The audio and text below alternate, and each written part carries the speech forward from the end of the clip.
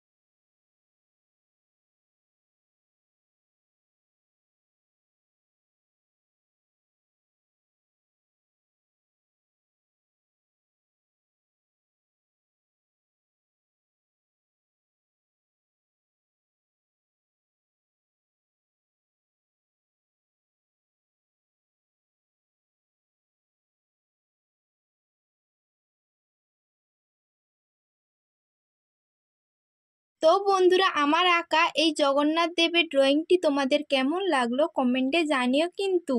আজকের মতো এইটুকু, দেখা হচ্ছে পরের ভিডিওতে। আর সবার শেষে একসঙ্গে বলো জয় জগন্নাথ।